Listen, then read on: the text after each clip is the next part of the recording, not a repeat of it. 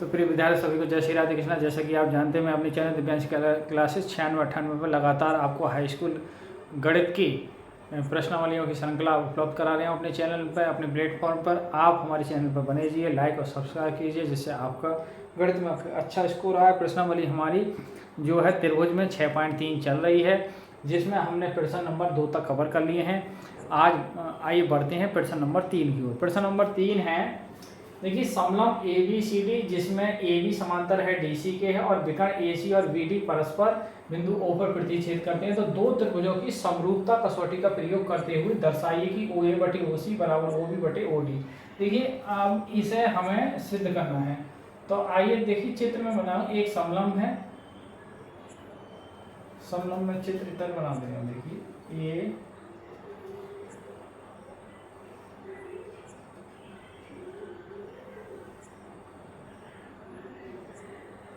A B C और D, और इनका विकर्ण देखिए, ए से पहली, ए से खींचे गए प्रथम विकर्ण और बी से खींचा गया दूसरा विकर्ण, और ये बिंदु कहाँ पे प्रतिच्छेद करते हैं? ओ पे। तो हमें सिद्ध क्या करना है? देखिए अब दिया है,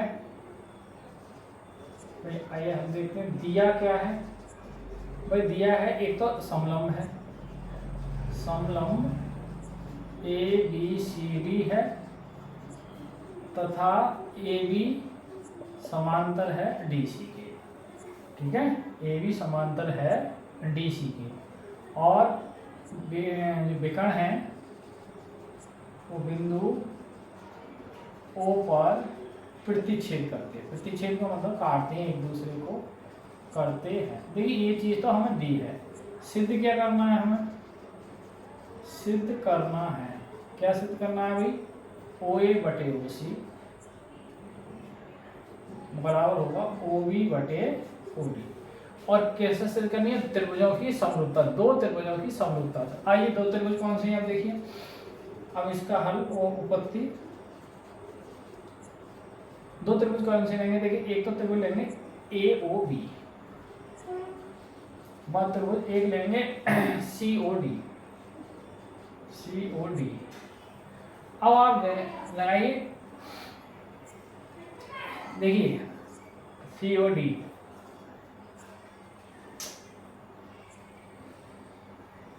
भाई अगर ये हम देखें, देखिए प्रतिच्छेद बिंदु तो कोण आप समझे, कोण आपका डी ओ सी बराबर होगा कोण ए या सी ओ बी, ऐसे ही लिख सकते हो आप, कोण सी ओ बी, ये वाला कोण बराबर होगा कोण ए ओ बी के, कोण ए ओ बी के। कैसे? शीर्ष विकर्ण कोण से, शीर्ष आमने सामने के जो कोण होते हैं, जहाँ क्रॉस का चिन्ह बनता है वो बराबर होते हैं शीर्ष विकर्ण कोण से। अच्छा ये कोण देखें, ये वाला कोण इस कोण के बराबर होगा कोण सी डी ओ, एक मिनट, सी ओ बी, ये बार कहाँ? सी ओ बी, गलत हो गया, सी ओ डी आएगा ना, लेकिन हम गलती कर रहे हैं। कोण ए ओ बी में ये कोण ए ओ बी बराबर होगा कोण सी ओ डी। अब सही है। अच्छा ये वाला कोण देखिए, इसमें लेंगे ए ओ बी में कौन सा कोण लेंगे? ए बी ओ, कोण ए बी ओ बराबर होगा कोण सी डी ओ, ऐसे एकांतर कोण से, एकांतर कोण से। जब ये कोण बराबर होगा तो सिंपल सी बात है, ये कोण इस कोण के बराबर होगा, यानी कोण डी सी ओ बराबर होगा कोण बी ए ओ के। एक मिनट, कोण बी ए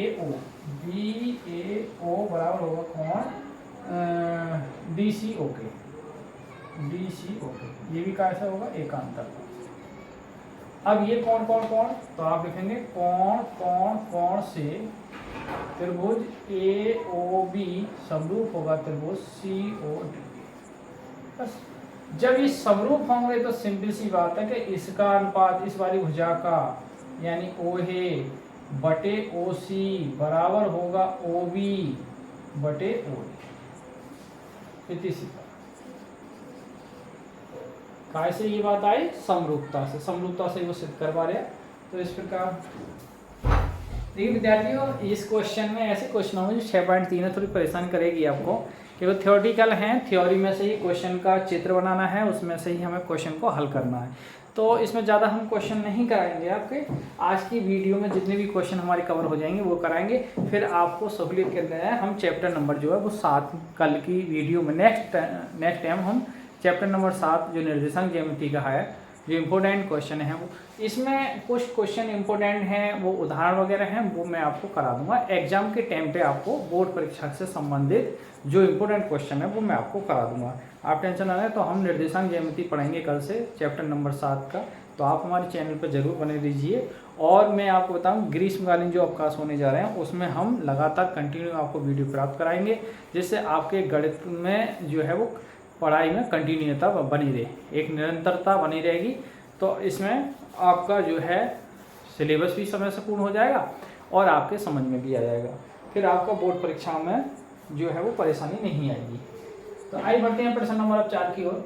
देखिए प्रश्न लिखना तो बहुत बड़ा है, लिख नहीं है, मैं डायरेक्ट चित्र बना रही हूँ, चित्र के बाद आपको क्वेश्चन को समझा रहा हूँ।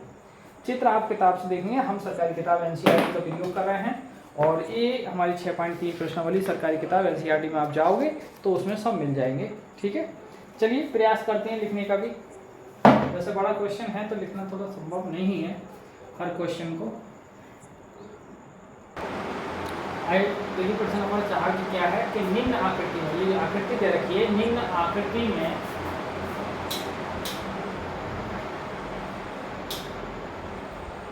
निम्न आकृति में QR बटे QS और QT बटे PR, आप समझे। फिर भी क्वेश्चन नंबर 4 है, निम्न आकृति में QR बटे QS और QT बटे PR तथा कोण 1 बराबर कोण 2 के है, तब दर्शाइए कि त्रिभुज PQS समरूप है त्रिभुज TQR के।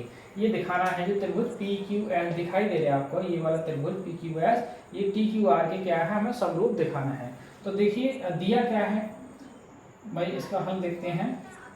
दिया है कि कोण 1 बराबर कोण 2 के। अब देखिए यानी कोण बराबर हैं, यानी आप समझे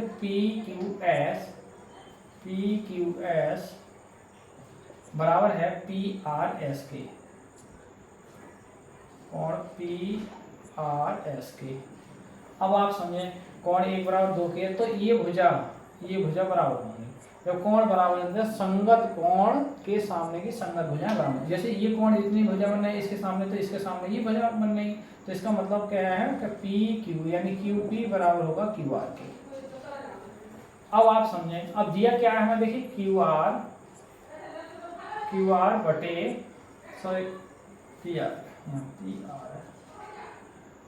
QR बटे QS और QT बटे PR। अब है QR बटे QS, ये दिया है QR बटे QS बराबर QT बटे, अब देखिए PR है तो PR की जगह हम क्या रख सकते हैं, QP। अब आप देखेंगे कोण ये जो है कोण Q बराबर कोण Q के नहीं होगा।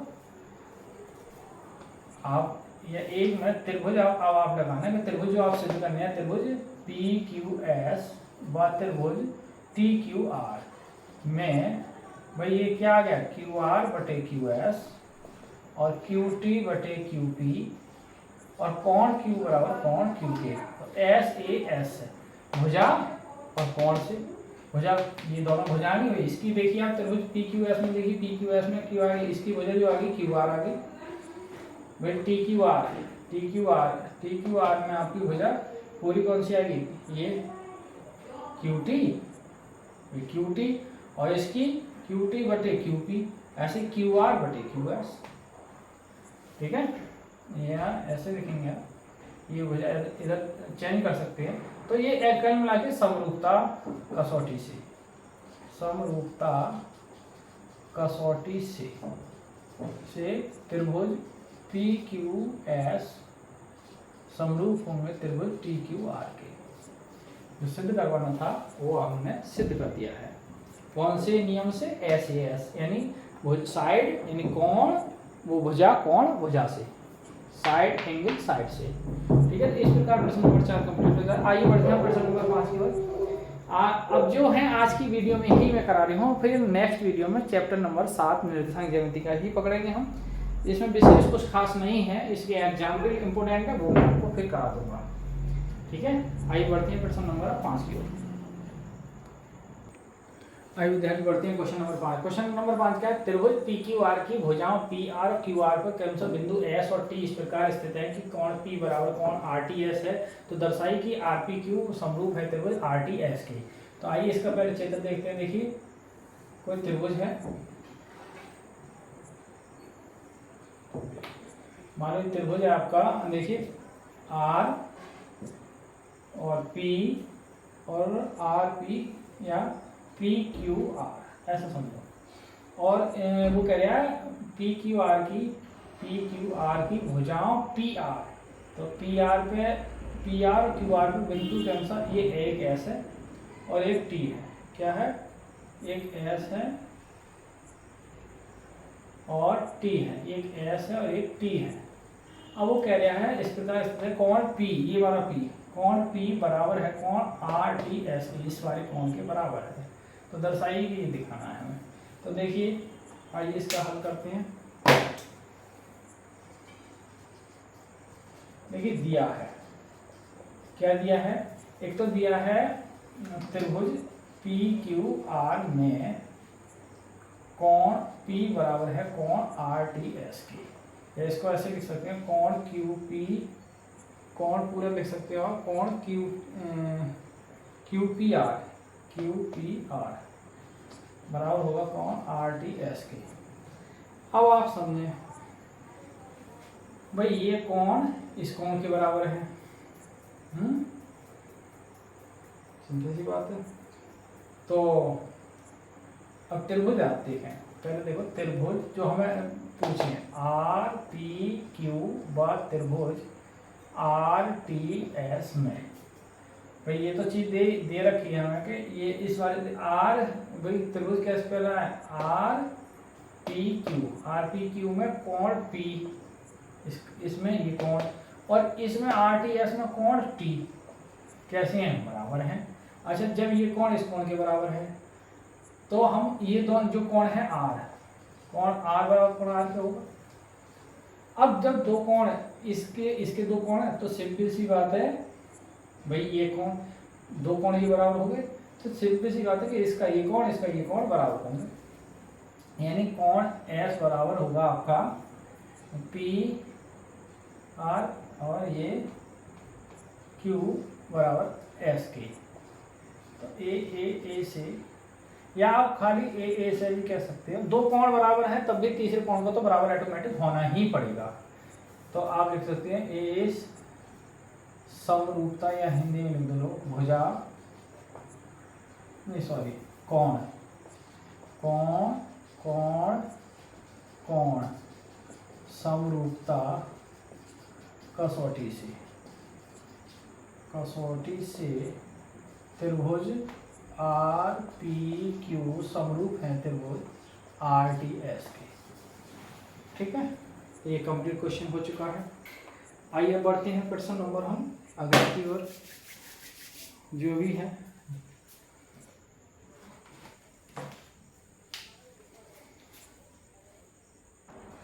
आइए विद्यार्थी बढ़ते हैं आज की वीडियो का अंतिम प्रश्न की ओर। यही प्रश्न नंबर 6, निम्न आकृति में जो त्रिभुज ए बी ई सर्वांग सम है, ये सर्वांग सम का चिन्ह है, सर्वांग सम है, त्रिभुज ए सी डी है, तो दर्शाइए कि त्रिभुज ए डी ई समरूप होंगे त्रिभुज ए बी सी के। तो बड़े सवाल है, देखिए आइए इसका हल देखते हैं।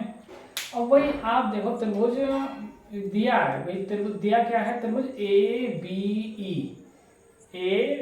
ई सर्वांग सम है त्रिभुज ए सी डी सर्वांग सम। अब सर्वांग सम में क्या होता है कि भुजाएं समबराबर, इसकी अगर हम ए बी ई में ले हैं तो इसकी ए बी भुजा और इसकी ए सी के बराबर होगी, इसकी ए डी भुजा इसके ए ई के बराबर होगी। अब आप समझे कि त्रिभुज हमें सिद्ध करने हैं कौन से? भाई त्रिभुज ए डी ई व त्रिभुज ए बी सी, में ABC में। अब इसका अनुपात लेंगे, देखिए इसका AD बटे AB, और तो इसका क्या होगा AE बटे AC। आप ये कैसे होंगे आपस में वही बराबर, क्योंकि AB है वो AC के बराबर है। मान लो इसका मान 5 है, इसका मान 5 होगा। अब AD का मान AE के बराबर, इसका 4 है तो इसका 4 है। तो जो भी मान है कैसे होंगे, ये बराबर होंगे और कोण A बराबर होगा कोण A के, ये घनिष्ठ है। तो SAS समरूपता कसौटी से त्रिभुज ADE समरूप होंगे त्रिभुज आपका ABC। बस ये सिद्ध करना था। तो विद्यार्थियों मैं आपको बता दूं कि ये प्रश्नावली को हम यहीं विराम करते हैं, और नेक्स्ट वीडियो में कल हम निर्देशांक ज्यामिति के साथ आपके सामने उपस्थित होंगे। और तब तक के लिए आप हमारी वीडियो को वॉच करते रहिए, देखते रहिए, चैनल पर बने रहिए, लाइक सब्सक्राइब कीजिए और भी बच्चों को बताइए जिससे उनका भी कल्याण हो। तो इसी के साथ आज की वीडियो में ही विराम करते हैं। सभी को जय श्री राधे कृष्ण, जय हिंद, जय भारत।